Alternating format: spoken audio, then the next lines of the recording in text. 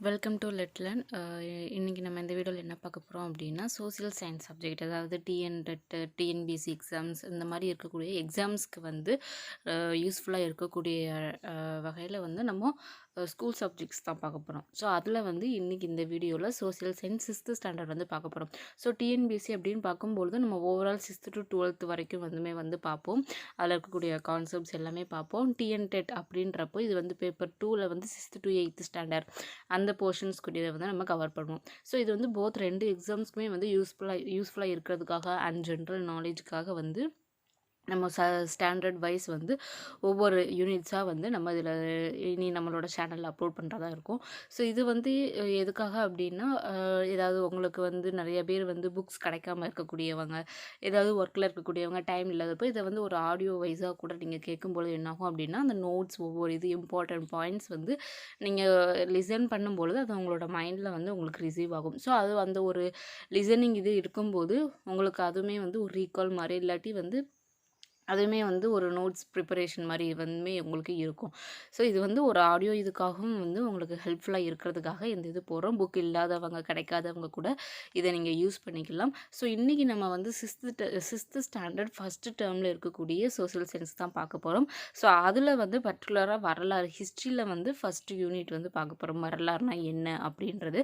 So இதை பார்த்தோம் அப்படின்னா ஒரு டைலாக் ஃபார்மில் தான் இருக்கும் இந்த சாப்டர் வந்து.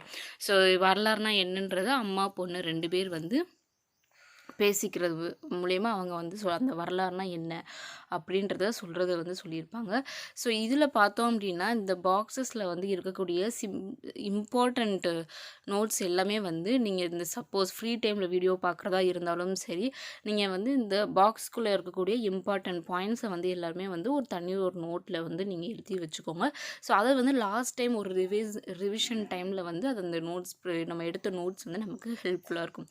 ஸோ இப்போ இதில் பார்த்தோம் அப்படின்னா, இதில் வந்து இந்த கிமு அப்படின்றது என்ன, கிபின்னா என்ன, அதுக்கு பதிலாக இப்போ நம்ம பயன்படுத்தக்கூடிய இந்த ஆமும் அப்படின்னா என்ன அப்படின்றதையும் நீங்கள் தெரிஞ்சு வச்சுக்கோங்க. ஸோ அடுத்து வந்து இந்த கான்வர்சேஷன்ஸில் அம்மாவுக்கும் பொண்ணுக்கும் வந்து இருக்கிற கான்வர்சேஷன்ஸில் என்ன இருக்கும் அப்படின்னா, பொண்ணு வந்து இந்த மாதிரி இன்றைக்கி என்ன ஸ்கூலில் சொல்லிக் கொடுத்தாங்கன்றத அம்மாட்ட சொல்லும்போது இந்த மாதிரி வரலாறு பற்றி சொல்லிக் கொடுத்தாங்க அப்படின்றத சொல்லுவாங்க. ஸோ அது மூலயமா வரலாறுனா என்ன அப்படின்றத அந்த கான்வர்சேஷன்ஸ் மூலியமாகவே நமக்கு என்ன ஆகும் அப்படின்னா, அந்த கான்செப்ட் வந்து சொல்கிறதுக்கு வருவாங்க. ஸோ இப்போ இதில் ஃபஸ்ட்டில் வந்து இந்த பாக்ஸில் இருக்கக்கூடிய நோட்ஸை இதை ஹிண்ட்டை பார்த்துடலாம். இதில் பார்த்தோம் அப்படின்னா என்ன சொல்லியிருக்காங்க அப்படின்னா, வரலாறு அப்படின்றது கடந்த கால நிகழ்வுகளின் கால வரிசை பதிவு. நமக்கு முன்னாடி காலத்தில் வந்து நடந்திருக்கக்கூடிய ஒரு நிகழ்வுகளை நம்ம வந்து ஒரு ஆர்டர் வைஸில், டைம் பீரியட் வைஸில் வந்து நம்ம இது வச்சுருக்கக்கூடிய அந்த ஒரு பதிவு தான் என்ன அப்படின்னா வரலாறு அப்படின்றது. ஸோ வரலாறுனா என்ன அப்படின்றத நோட் பண்ணி வச்சுக்கோங்க. ஸோ இந்த கான்வர்சேஷனில் இந்த அம்மாக்கும் பொண்ணுக்கும் அந்த இதில் கான்வர்சேஷனில் வந்து என்ன சொல்கிறாங்க, வரலாறு அப்படின்னா என்ன சொல்கிறாங்க அப்படின்றது நம்ம ஒன் பை ஒன்னாக பார்க்கலாம். ஸோ இந்த கான்வர்சேஷனில் இந்த இதில் வந்து என்ன சொல்லியிருப்பாங்க அப்படின்னா, இந்த பேராவில் வந்து என்ன சொல்லியிருப்பாங்க அப்படின்னா, அவங்களோட அந்த ஒரு பழங்காலத்தில் வந்து அவங்களோட முன்னோர்கள் பயன்படுத்திய பொருளை வந்து இதாக சொல்லியிருப்பாங்க. ஸோ அதே மாதிரி நம்ம அந்த ஒரு பாக்ஸில் பார்த்த மாதிரி வரலாறுன்றது முந்தைய காலத்தில் நடந்த நிகழ்வுகளை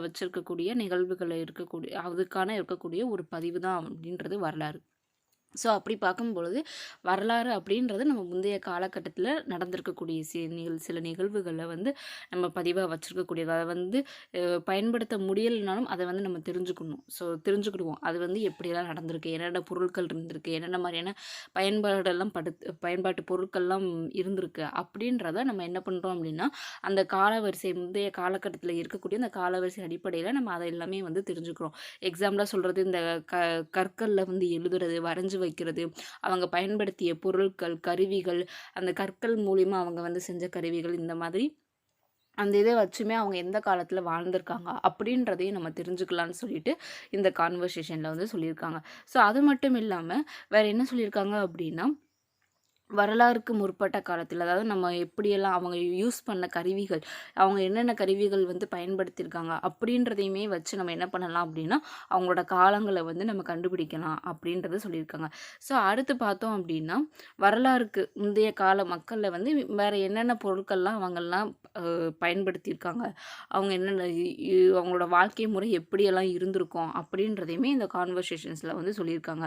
ஸோ அப்படி பார்க்கும் பொழுது இதில் என்ன சொல்கிறாங்க அப்படின்னா, அந்த பழங்கால கற்கால மனிதர்கள் வந்து எப்படி அந்த மலை, பாறைகள் அதில் எல்லாத்துலேயுமே வந்து என்ன பண்ணுவாங்க அப்படின்னா, அந்த ஓவியங்கள் வரைஞ்சு வைக்கிறது.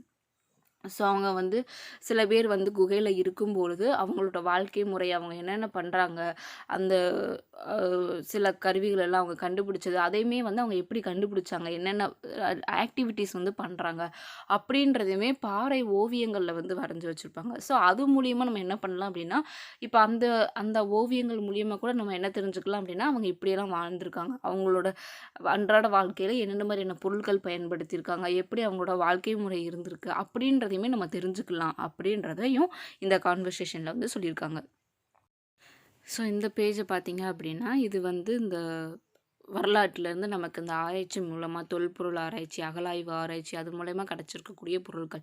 அவங்க என்னென்ன மாதிரியான பொருட்கள் வந்து பயன்படுத்தினாங்க, எந்தெந்த மாதிரியான உடைகள், அவங்களோட இருப்பிடங்கள், இது எல்லாத்தையுமே அதுக்குண்டான சான்றுகள் மாதிரி நிறைய விஷயங்கள் என்னென்ன கண்டுபிடிச்சிருக்காங்க அப்படின்றதையும் சொல்லியிருக்காங்க. அது மட்டும் இல்லாமல் அவங்க பயன்படுத்திய பொருட்கள் மட்டும் இல்லாமல் அவங்களோட இலக்கிய சான்றுகள், இலக்கிய வகையில் அவங்க என்னென்ன மாதிரியான படைப்புகள்லாம் படிச்சிருக்காங்க அப்படின்றதையுமே வந்து கண்டுபிடிச்சு அதையுமே வந்து இந்த பேஜில் வந்து ஒரு மைண்ட் மேப் மாதிரி கொடுத்துருக்காங்க. ஸோ இதை கூட நீங்கள் ஸ்க்ரீன்ஷாட் எடுத்து கூட நீங்கள் பார்த்துக்கலாம்.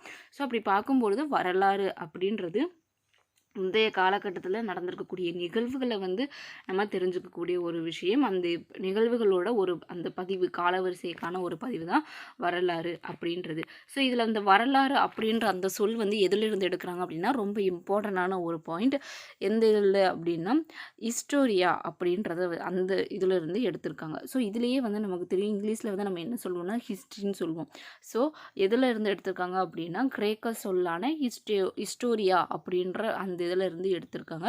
இதோட பொருள் என்ன அப்படின்னா, விசாரிப்பதன் மூலம் கற்றல். இன்னொன்று இந்த ஹிஸ்டோரியாக்கு அப்படின்றது கூட பொருள் வந்து என்ன அப்படின்னா, விசாரிப்பதன் மூலம் கற்றல். இப்போ வந்து நம்ம ஏதாவது ஒரு பொருள் ஆராய்ச்சி பண்ணுறோம், வேறு ஏதாவது ஒரு பழமையான இடங்களை ஆராய்ச்சி பண்ணுறோம் அப்படின்னா அதை வந்து நம்ம விசாரிக்கிறோம்னு தான் அர்த்தம்.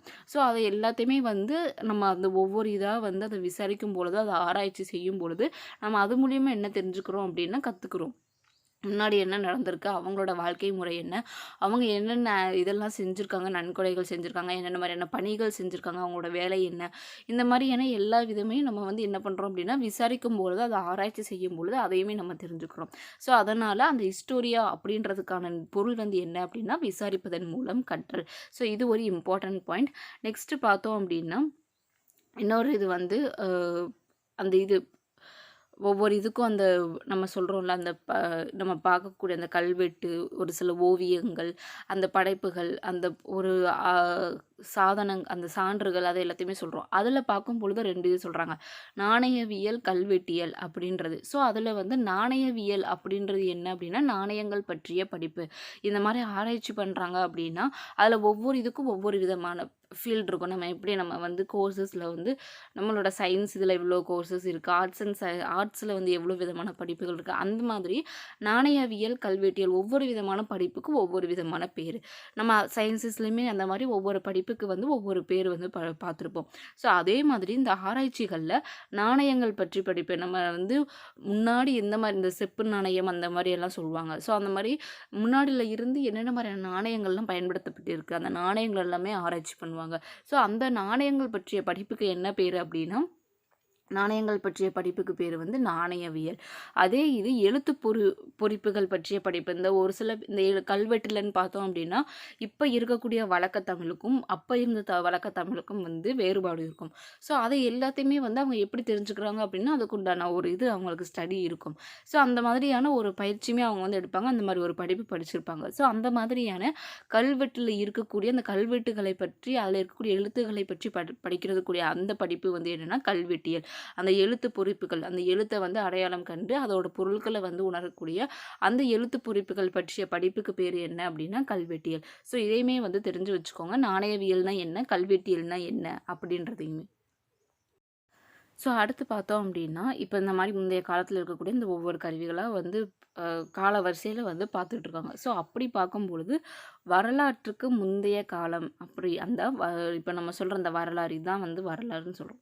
ஸோ அந்த வரலாறுக்கு முந்தைய காலம், அந்த வரலாறு இந்த வரலாறுக்கு முன்னாடி என்ன செஞ்சிருப்பாங்க? அப்படியே அந்த சொல்ற அந்த முந்தைய காலம், வரலாறுக்கு முந்தைய காலம் அப்படின்றது என்னன்றத ஒரு டெஃபினிஷன் மாரி சொல்லியிருக்காங்க. ஸோ அது வந்து என்ன அப்படின்னா, வரலாற்றுக்கு முந்தைய காலம் என்பது கற்கருவிகளை பயன்படுத்தியதற்கும் எழுத்து முறைகளை கண்டுபிடிப்பதற்கும் இடைப்பட்ட காலம். அதாவது நம்ம இந்த கற்கருவிகள் அந்த கல்லை வச்சு யூஸ் பண்ணது அவங்க ஏதோ வேட்டையாடுறதுக்காக இருந்தாலும் சரி, நெருப்பை வந்து புகைமூட்டுறதுக்காக இருந்தாலும் சரி, அந்த மாதிரி கற்கருவிகளை வந்து பயன்படுத்துறதுக்கும் எழுதும் முறைகள், அவங்க எழுதக்கூடிய அந்த முறை, அவங்களோட இதை வந்து ஓவியம் இல்லாமல் எழுத்து மூலியமாக அவங்க வந்து அந்த எழுதும் முறைகளை வந்து கண்டுபிடிக்கப்பட்ட அந்த காலம். ஸோ அதுக்கும் அந்த கற்கருவிகளை பயன்படுத்தியதற்கும் இடையில இருக்கக்கூடிய காலமாக தான் என்ன சொல்கிறாங்க அப்படின்னா, வரலாறுக்கு முந்தைய காலம் அப்படின்னு வந்து சொல்கிறாங்க. ஸோ அதே மாதிரி வரலாற்று தொடக்க காலம் அப்படின்றது முந்தைய காலம்னா என்ன, தொடக்க காலம்னா என்னன்னு தெரிஞ்சுக்கோங்க. வரலாற்று தொடக்க காலம், புரோட்டோ ஹிஸ்ட்ரி அப்படின்றது என்னன்னா, வரலாற்றுக்கும் முந்தைய காலத்திற்கும் இடைப்பட்ட காலம். ஸோ வரலாற்றுக்கு முந்தைய காலம்னா என்ன, வரலாற்றுக்கு தொடக்க காலம்னா என்ன அப்படின்றதையும் நோட் பண்ணி வச்சுக்கோங்க. வரலாற்று தொடக்க காலம் அப்படின்றது என்னன்னா, வரலாற்றுக்கும் முந்தைய காலத்திற்கும் இப்போ நமக்கு தெரிஞ்ச ஒரு வரலாற்றுக்கும் அந்த வரலாற்றுக்கு முந்தைய காலம், வரலாற்றுக்கு முந்தைய காலம்னு ஒரு காலம் இருக்கும். ஸோ அதுக்கும் வரலாற்றுக்கும் இடையில இருக்கக்கூடிய காலம் தான் வந்து வரலாற்று தொடக்க காலம் அப்படின்னு வந்து சொல்கிறாங்க. ஸோ இந்த மாதிரி வரலாறுனா என்ன அப்படின்றது அந்த வரலாறுல இருக்கக்கூடிய காலங்கள் பற்றியுமே வந்து ஒரு சின்ன இன்ட்ரோடக்ஷன் மாதிரி, வரலாறுனா என்ன அப்படின்றத குழந்தைங்கள் தெரிஞ்சுக்கிறதுக்காக இந்த மாதிரி ஒரு லெசன் வச்சுருக்காங்க. ஸோ இது வந்து ரொம்ப பெரிய பாடம் அப்படின்னா கிடையாது. ஒரு சிம்பிளானது, அது ஒரு உரையாடல் மாதிரி, ஒரு கதை இது மாதிரி சொல்லியிருக்காங்க. எப்படியெல்லாம் வந்து அவங்களோட அந்த முந்தைய காலத்தை வந்து அவங்க கண்டுபிடிக்கிறாங்க, எப்படி வந்து அதை வந்து அடையாளம் கண்டுபிடிக்கிறாங்க. இந்நாளைக்குமே வந்து ஒரு சில குறிப்புகள் எல்லாம் நம்மளால் என்ன பண்ண முடியாது அப்படின்னா, அதை வந்து புரிஞ்சுக்க முடியாது. ஒரு சில கல்வெட்டுகள் அந்த மாதிரி இருக்கக்கூடிய எழுத்துக்களில் வந்து ரொம்ப கடினமாகவும் இருக்கும். ஒரு சிலரோட எழுத்து பழக்கவழக்கங்கள் அதுவுமே வந்து எல்லாமே முன்னாடி பழங்காலத்தில் இருந்த மாதிரி இருந்துச்சு அப்படின்னா இருக்காது. ஏன்னா நம்ம பயன்படுத்தக்கூடிய தமிழ் மொழிகள்லையுமே வந்து ஒவ்வொரு எழுத்து முறை வந்து வேறு இருக்கும். முன்னாடி இருந்த எழுத்து முறை இப்போ இருக்கிற எழுத்து முறை கூட டிஃப்ரெண்ட்டாக இருக்கும். ஸோ அந்த மாதிரி அவங்களோட அந்த பயன்பாட்டு வகைகள் எந்த காலத்தில் எந்த மாதிரி வந்து பயன்படுத்தியிருக்காங்க அப்படின்றதையுமே வந்து அவங்களோட அந்த கல்வெட்டுக்கள், அப்புறம் வந்து குகையில இருக்கக்கூடிய ஓவியங்கள், அவங்க பயன்படுத்தின இப்பயுமே வந்து நிறைய அகழாய்வில் வந்து ஆராய்ச்சிகளில் பொருட்கள் வந்து கண்டெடுக்கப்படுது. ஸோ அந்த இதையுமே வச்சு அவங்க என்ன பண்ணலாம் அப்படின்னா, இது எந்த காலத்தில் பயன்படுத்தப்பட்டது, அந்த காலத்தில் வாழ்ந்திருக்கக்கூடிய மக்கள் யார் அப்படின்றதையுமே அவங்க தெரிஞ்சுக்க முடியும். ஸோ இந்த மாதிரியான அந்த கல்வெட்டுக்கள், அப்புறம் இந்த பயன்படுத்திய பொருட்கள், இது எல்லாமே வந்து வரலாற்று சான்றுகள் நம்ம சொல்கிறோம். ஸோ அதான் வந்து மக்கள் முன்னாடி பயன்படுத்தி இருக்கக்கூடிய அந்த சான்றுகள தான் நம்ம என்ன சொல்கிறோம் அப்படின்னா வரலாறு. அந்த பழைய நிகழ்வுகள தான் நம்ம என்ன சொல்கிறோம் அப்படின்னா வரலாறு அப்படின்னு சொல்கிறோம். ஸோ இது வந்து ஈஸியாகவும் இருக்கும். ஸோ இதில் வந்து இம்பார்ட்டன்ட் பாயிண்ட் என்ன, அந்த வரலாறு பற்றி இருக்கக்கூடிய ஒரு சில இன்ஃபர்மேஷன்ஸை வந்து நீங்கள் நல்லா நோட் பண்ணி வச்சுக்கோங்க. அடுத்து லாஸ்ட்டில் வந்து ஒரு சின்ன இது மாதிரி கொடுத்துருக்காங்க, தெரிந்து கொள்வோம்னு சொல்லிட்டு.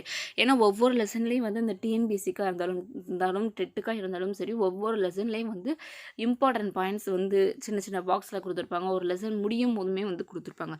ஸோ அது எல்லாமே வந்து லெசன்ஸோடு சேர்த்து நம்ம பாடங்களை படிக்கும் பொழுது அதையுமே நீங்கள் வாசித்து அதில் ஏதாவது இம்பார்ட்டன்ட் சொல்லியிருக்காங்களா அப்படின்றதையும் நீங்கள் அதை வந்து நோட் பண்ணி வச்சுக்கோங்க. ஏன்னா ஒரு சில டைமில் வந்து ரொம்ப டீப்பாக கேட்கும் பொழுது கொஸ்டின்ஸ் வந்து இன்டைரக்டாகவும் கேட்குறதுக்கு வாய்ப்புகள் இருக்கும். அப்படி பார்க்கும்பொழுது இந்த லெசனில் வந்து அசோகர் பற்றி வந்து சொல்லியிருக்காங்க. ஸோ அசோகர் அப்படின்றவர் யார் அப்படின்றத, ஸோ இதை வந்து ஒரு சின்ன நம்ம வாசித்து பார்க்குற மாதிரி, ஸோ இந்த மாதிரி நீங்கள் இதை வந்து வாய்ஸ் நோட்ஸாகவே கேட்குறது வந்து உங்களுக்கு மைண்டில் நல்லாவே ஸ்டோர் ஆகும். டைம் இல்லாதவங்களுக்கும் இந்த வீடியோஸை வந்து கேட்குறதும் பொழுது நீங்கள் பார்க்குறத விட நீங்கள் வந்து நோட்ஸ் எடுக்கணும் அப்படின்னா ஃப்ரீ டைமில் நீங்கள் இதை பார்த்து நோட்ஸ் எடுத்துக்கலாம்.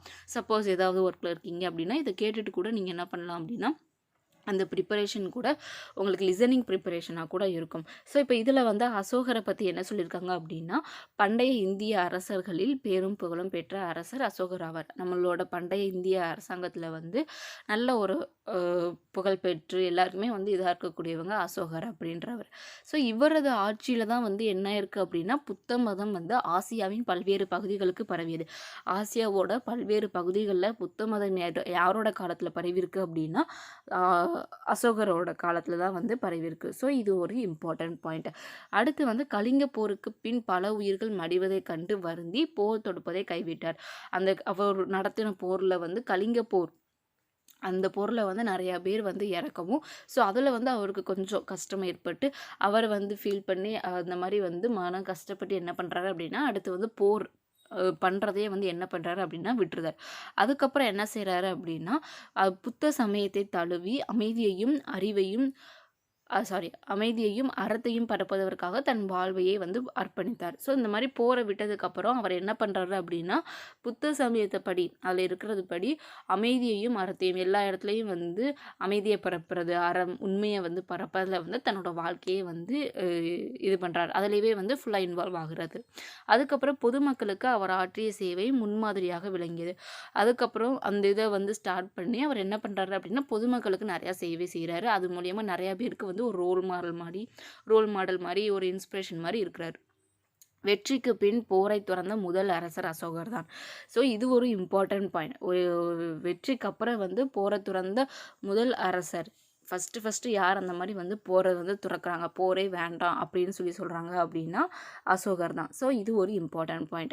அடுத்து உலகிலேயும் முதலாக விலங்குகளுக்கும் தனியே மருத்துவமனை அமைத்து தந்தவரும் அசோகரே ஆவார். ஸோ அதே மாதிரி உலகத்திலே வந்து எப்படி மனிதர்களுக்கு வந்து ஹாஸ்பிட்டல்ஸ் இருக்கோ, மருத்துவமனைகள் இருக்கோ, அதே மாதிரி விலங்குகளுக்கு வந்து தனியாக ஒரு அந்த மருத்துவமனை வேணும் அப்படின்னு சொல்லிட்டு அதை அமைச்சு கொடுத்தவருமே யார் அப்படின்னா இவர் தான் முதல்ல அமைச்சு கொடுத்தவர் அசோகர். ஸோ இதுவுமே ஒரு அனதர் ஒரு இம்பார்ட்டன்ட் பாயிண்ட். அடுத்து இன்றும் அவர் உருவாக்கிய சாலைகள் நாம் பயன்படுத்தி கொண்டு இருக்கிறோம். இன்றைக்கி கூட நம்ம அவர் உருவாக்கி கொடுத்த சாலைகள் பயன்படுத்திட்டு இருக்கோம்னு சொல்லிட்டு நமது தேசிய கொடியில் இடம்பெற்றுள்ள 24 ஆரக்கால் சக்கரம் அசோகர் நிறுவிய சாரநாத் கற்றூனில் உள்ள முத்திரையில் இருந்தே பெறப்பட்டது. அதாவது இப்போ நம்மளோட தேசிய கொடியில் வந்து இருக்கக்கூடிய அந்த நடுவில் ப்ளூ கலரில் வந்து அந்த ஒரு 24 ஆரக்கால் சக்கரம் இருக்கும். ஸோ அதை வந்து நம்ம அசோக சக்கரம் தான் சொல்லுவோம். ஸோ அதை வந்து எதிலிருந்து எடுத்திருக்காங்க அப்படின்னா அசோகர் நிறுவிய சாரநாத் கற்றூனில் அந்த ஒரு படம் கூட இருக்கும், நம்ம பிக்சர் ஒரு இது இருக்கும். ஸோ அந்த இதில் இருந்து அந்த முத்திரையிலேருந்து தான் என்ன பண்ணுறாங்க அப்படின்னா அந்த 24 ஆரக்கால் சக்கரமை வந்து பெறப்பட்டது அப்படின்றதே சொல்லியிருக்காங்க. இதுவுமே வந்து ஒரு இம்பார்ட்டன்ட் பாயிண்ட். இதில் இருந்து என்ன சொல்கிறாங்கன்னா அசோகரது முக்கியத்துவத்தை நாம் அறியலாம். ஸோ இந்த அளவுக்கு வந்து அவருக்கு வந்து இம்பார்ட்டன்ஸ் கொடுக்குறோம், முக்கியத்துவம் கொடுக்குறோம். ஸோ அப்போ அந்த அளவுக்கு அவர் என்ன பண்ணியிருக்காருன்னா நிறைய சேவைகள் பண்ணியிருக்காரு, நிறைய மக்களுக்கு நிறைய நல்லது பண்ணியிருக்காரு. ஆனால் இத்தகைய சிறப்புகளை கொண்ட அசோகர் குறித்த தகவல்கள் வரலாற்றின் பக்கங்களில் 19ஆம் நூற்றாண்டு வரை இடம்பெறவே இல்லை. ஆனால் இந்த மாதிரி இவ்வளோ விஷயங்கள் செஞ்சுருக்கக்கூடிய சிறப்புகள் இருக்கக்கூடிய அசோகருக்கு பற்றி நிறைய இன்ஃபர்மேஷன்ஸ் தகவல்கள் வந்து வரலாற்றின் பக்கங்களில் நம்ம இந்த மாதிரி ஹிஸ்ட்ரி வாய்ஸஸாக வந்து என்ன ஆகலை அப்படின்னா 19ஆம் நூற்றாண்டு வரைக்கும் என்னாக அப்படின்னா இடம்பெறவே இல்லை அப்படின்னு சொல்கிறாங்க. ஆங்கிலேய வரலாற்று ஆராய்வாளர்களான William Jones, James Prinsep, Alexander Cunningham போன்றவர்கள் வரலாற்று ஆய்வுகள் மூலம் கண்டுபிடித்த வரலாற்று சான்றுகள் தான் மாமன்னர் அசோகரின் சிறப்புகளை வெளி உலகிற்கு கொண்டு வந்தன. ஸோ இந்த மாதிரி வந்து நிறைய அவரோட இது வந்து தெரியாமல் இருந்தாலும் ஆங்கிலேய வரலாற்று ஆய்வாளர்கள் அந்த சைடு இருக்கக்கூடியவங்க, அந்த ஹிஸ்ட்ரி ரிசர்ச்சர்ஸ் எல்லாருமே வந்து யார் அப்படின்னா William Jones, James Prinsep, Alexander கன்னிங்கம். So இவங்க எல்லாருமே அவங்க பண்ண அந்த ஹிஸ்ட்ரி ரிசர்ச்சர்ஸ் மூலியமாக தான் அசோகரோட இந்த இது எல்லாமே சிறப்புகள் எல்லாமே என்ன ஆகுது அப்படின்னா உலகிற்கு வந்து வெளிவருது அப்படின்னு சொல்லியிருக்காங்க.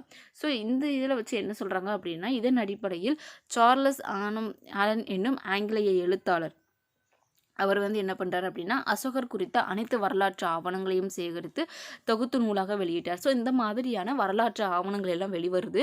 ஸோ இதை எல்லாத்தையுமே சேர்ந்து ஆங்கிலேய எழுத்தாளர் ஒருத்தர் யார் அப்படின்னா சார்லஸ் ஆலன் அப்படின்றவர் வந்து என்ன பண்ணுறாரு அப்படின்னா அதை எல்லாத்தையுமே சேர்த்து ஒரு நூலாக ஒரு புத்தகமாக அந்த மாதிரி வந்து என்ன பண்ணுறாரு அப்படின்னா வெளியிடுறாரு.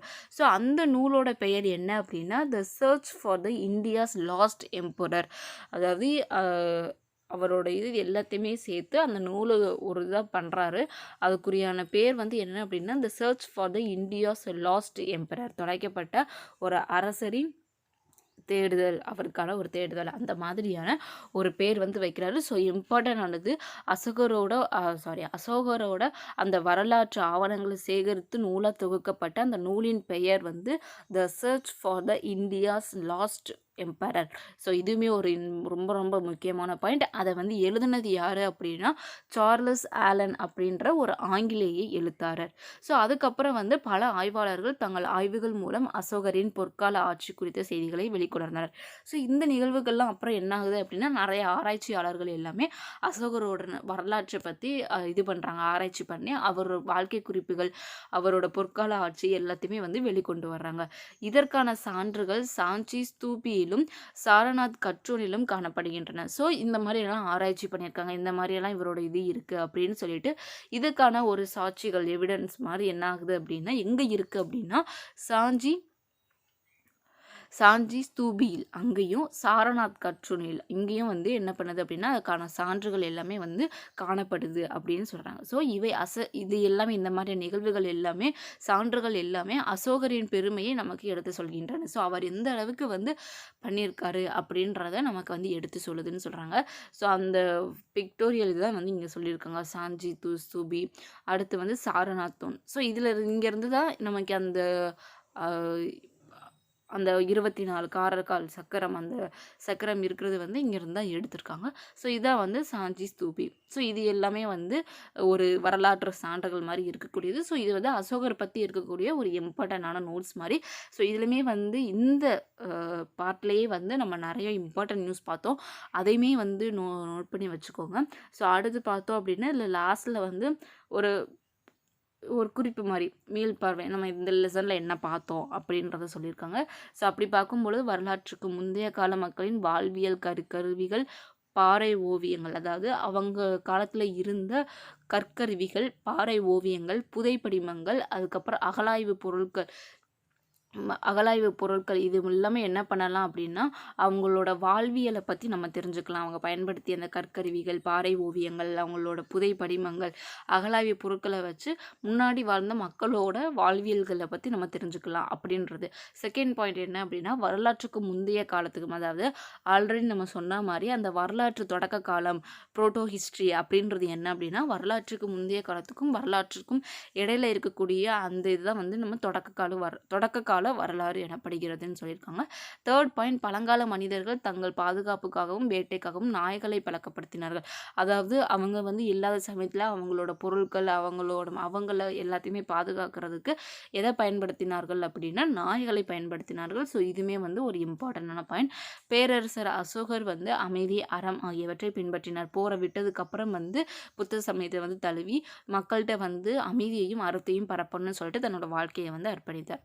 அடுத்து வந்து நமது தேசிய கொடியில் இடம்பெற்றுள்ள 24 ஆரக்கால் சக்கரம், அந்த ப்ளூ கலரில் இருக்கக்கூடிய அந்த ஆரக்கால் சக்கரம் வந்து அசோகர் நிறுவியிருக்கக்கூடிய அந்த சாரநாத் கற்றூன்லேருந்து தான் என்ன பண்ணியிருக்காங்க அப்படின்னா இடம்பெற்றிருக்கு, அதில் தான் வந்து எடுத்திருக்காங்க. ஸோ இதுவுமே வந்து நம்ம பார்த்த ஆல்ரெடி ஒரு இம்பார்ட்டன்ட் பாயிண்ட் தான். ஸோ அடுத்து பார்த்தோம் அப்படின்னா கலை சொற்கள், இந்த பாக்ஸில் கொடுத்துருக்கக்கூடிய கலை சொற்கள் இதையுமே வந்து நோட் பண்ணிக்கோங்க. எப்படி வந்து நம்ம தமிழ் புக்கில் வந்து பின்னாடி இருக்கக்கூடிய கலை சொற்களை வந்து நம்ம இம்பார்ட்டன்ட்னு சொல்லி நோட் பண்ணுறோமோ அதே மாதிரி இங்கே இருக்கக்கூடிய இம்பார்ட்டண்ட்டான ஒரு இது இந்த கலை சொற்கள் அப்படின்றது. ஏன்னா இந்த புக்ஸில் வரலாறில் வந்து சோசியல் சயின்ஸில் வந்து ஹிஸ்ட்ரி ரிலேட்டடாக, சோசியல் சயின்ஸ் ரிலேட்டடாக ஒரு சில வேர்ட்ஸ் வந்து கொடுத்துருப்பாங்க. ஸோ அதுவுமே வந்து ரொம்ப முக்கியமானது. ஏன்னா அதையுமே வந்து நிறைய தடவை இந்த பசுமை புரட்சி அந்த சைட்லாம் பார்த்தோம் அப்படின்னா புவியியல் சைடில் வந்து நிறையா வேர்ட்ஸ் இருக்கும், அந்த ஒவ்வொரு இதுக்கு உண்டானது.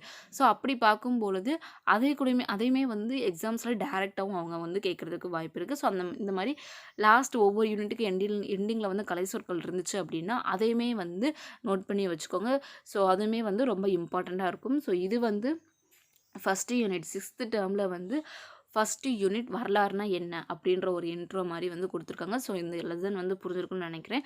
இதில் இருந்தாலும் சின்ன லெசனாக இருந்தாலும் ஒரு சில இம்பார்ட்டன்ட் பாயிண்ட்ஸ் இருக்குது. ஸோ அதையுமே வந்து நோட் பண்ணி வச்சுக்கோங்க. நெக்ஸ்ட் வீடியோவில் நம்ம ஃபஸ்ட்டு டேர்மில் வந்து செகண்ட் யூனிட் பார்க்கலாம். ஸோ இந்த வீடியோ புரிஞ்சிருக்கா இல்லையா, இல்லாட்டி உங்களுக்கு இந்த வீடியோவில் வேறு ஏதாவது டவுட் இருக்கா அப்படின்றதையுமே இந்த வீடியோ கீழே கமெண்ட் பாக்ஸில் கமெண்ட் பண்ணுங்கள். உங்களோட ஃப்ரெண்ட்ஸ் 10th ப்ரிப்பேர் பண்ண போகிறாங்க, இல்லாட்டி டிஎன்பிஎஸ்சிக்கு எதுக்காவது அப்ளை பண்ண போகிறாங்க அப்படின்னா இந்த வீடியோ அவங்களுக்கு ஷேர் பண்ணுங்கள். இது வந்து ஒரு ஆடியோ வைஸாகவும் உங்களுக்கு வந்து ஹெல்ப்ஃபுல்லாக இருக்கும்.